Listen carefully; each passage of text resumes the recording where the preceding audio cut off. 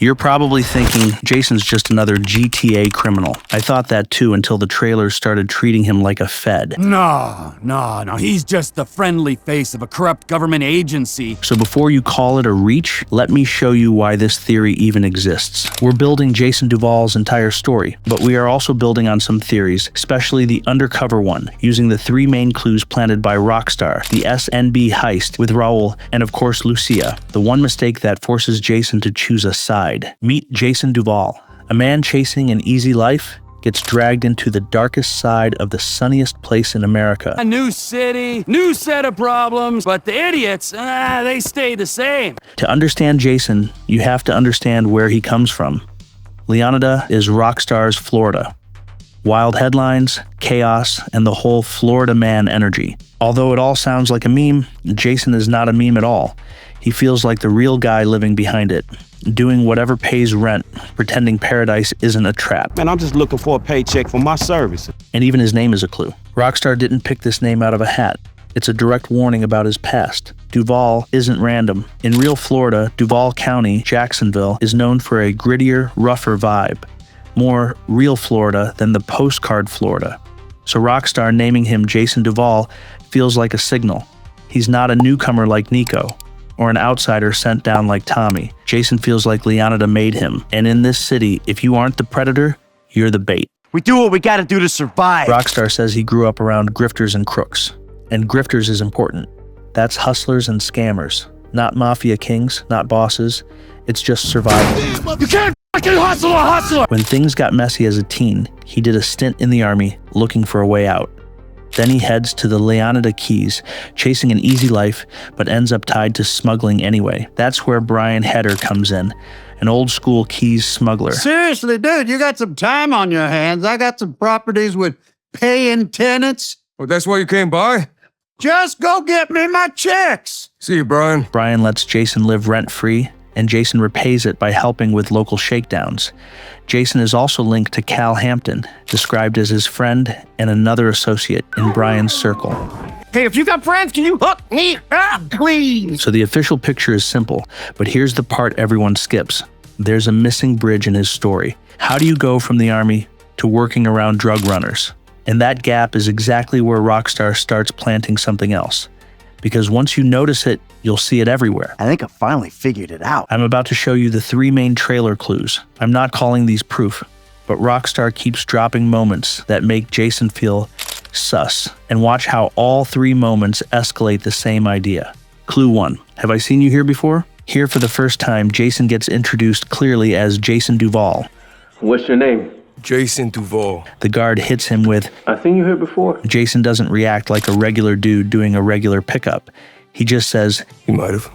Now you might say, so what? Maybe he's been arrested. Sure, could be. But here's where it gets interesting. That line isn't there to explain anything. It's there to create a question. Wait a minute. Do I know you? Why does a guard feel like Jason is familiar? And in a second, Rockstar adds the next layer. Clue 2. Later in the nightclub scene, someone goes, Yo, D, this full of fit? Rockstar doesn't explain it. They let it land and move on. Even if it's paranoia or a joke, it does one thing perfectly. It puts Jason is suspicious into your head. Watch what happens next, because Rockstar doesn't stop at criminals suspecting him. They drop a line that pushes it further. Oh, I think we're about to find out. The 3rd clue. It shows up when you hear, Us cops, we gotta protect each other. Jason isn't clearly shown. So yes, this could be unrelated, but you're probably thinking what I'm thinking. Why place a cop-to-cop line right next to 2 moments where Jason is being clocked? Even if it's misdirection with purpose. So no, I'm not saying Jason is 100% an ex-cop. I'm saying Rockstar is deliberately feeding suspicion around him. But now is where the story gets dark. If that suspicion is real, then Jason didn't enter this story through romance. He entered through work. And that's where Raul becomes an important piece to understand Jason. This is not a game to me! Here's the version that connects the pattern. What if Jason was undercover at the start, but maybe from the army, he traded one uniform for another, and the Keys' easy life is the cover he ends up wearing? Now, if that's true, the story really starts with the SNB robbery, because that's where Raul Bautista comes in. Rockstar paints Raul as a confident, seasoned bank robber, always hunting for talent, always chasing the biggest reward. This is an official quote from Raul from the GTA 6's website. Life is full of surprises, my friend. I think we'd all be wise to remember that. You could hear that and think it's just a cool quote, but here's where it gets crazy. That line is basically Raul telling you he expects betrayal. It's gonna be a few days before Judas here shows his true colors. Raul doesn't move like a guy who fears consequences. He moves like someone who already crossed lines before and learned the only way out is forward. So in this theory, Raul isn't just a character. Raul is the pressure that forces Jason's mask to crack. Because if Jason walked into this world with rules, a role, or a plan, Raul is the type of guy who destroys all of that. And that's why the undercover angle fits this situation specifically. How do you get close to a pro bank robber? You don't chase him from the outside. You send someone he'd want on the crew. When he puts it like that, it makes sense. Raul thinks he found the perfect recruit, but the surprise is Jason wasn't there by chance. Now here's the part everyone misses. The real turning point isn't the heist, it's Lucia. Because she's the one variable that can wreck an undercover plan instantly. Lucia steps in, and suddenly Jason isn't just working an angle anymore. And that's where things start to slip. Because Lucia doesn't feel like part of the plan Jason walked in with. She's the one detail he didn't account for. And that's why the trust scene hits different. Lucia says, Trust? Jason answers, Trust. but watch him. He pauses, swallows, answers like he knows saying it out loud just changed everything. You're probably thinking, that's just romance. But what if it's not romance first? What if it's a test? I made a judgment call. I don't know if it's the right one. I did what I thought I had to do. Because in that moment, Jason isn't just trusting Lucia. He's choosing a side in a situation where Raul already pushed everyone past the point of no return. And once Jason chooses, the original plan dies. Badge, cover, rules, gone. Now, they're in this together.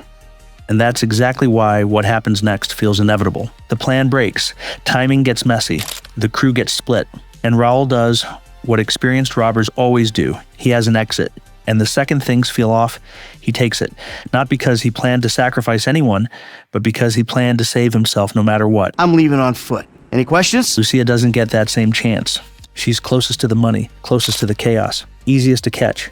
So when the cops finally lock things down, Raul is gone, and Lucia is left standing there to take the fall.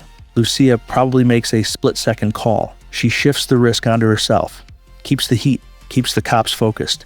Not because she's trying to be a hero, but because she understands the math. If both of them get caught, it's over. If only she gets caught, Jason is still out there.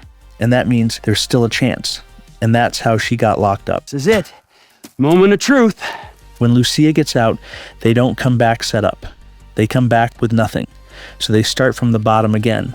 Small robberies, quick hits, easy cash, the kind of jobs you do when you're rebuilding from scratch and trying to stay alive. Just Jason and Lucia learning how to move together, stacking money, climbing back up one score at a time. Good, all right, now let's go make some money, ladies, huh? And now the final question becomes, if Jason really had a past, how long can he keep it buried when they start climbing again?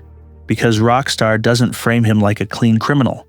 They frame him like a guy who's hiding something. I got in a bit of an awkward situation. Now, if you think the undercover theory is a reach, fair. The alternative that still fit the same trailer moments is that Rockstar is misdirecting on purpose. They want you suspicious of Jason because the real twist is betrayal, secret ties, or hidden loyalties. So even if the theory is wrong, the pattern still matters.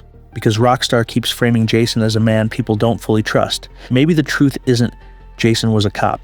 Maybe it's something else. I got so many stories, I can't even keep them straight. But Rockstar is clearly doing something intentional. They're not just showing Jason doing crime. They're showing the world around him, questioning him, testing him, suspecting him. Like there's more to him than he admits. Rockstar doesn't give answers early. They plant a feeling first. And right now the feeling is simple. Jason Duval is not as straightforward as he looks. And when GTA 6 finally drops, the real twist might not be what Jason does, it might be who Jason really is.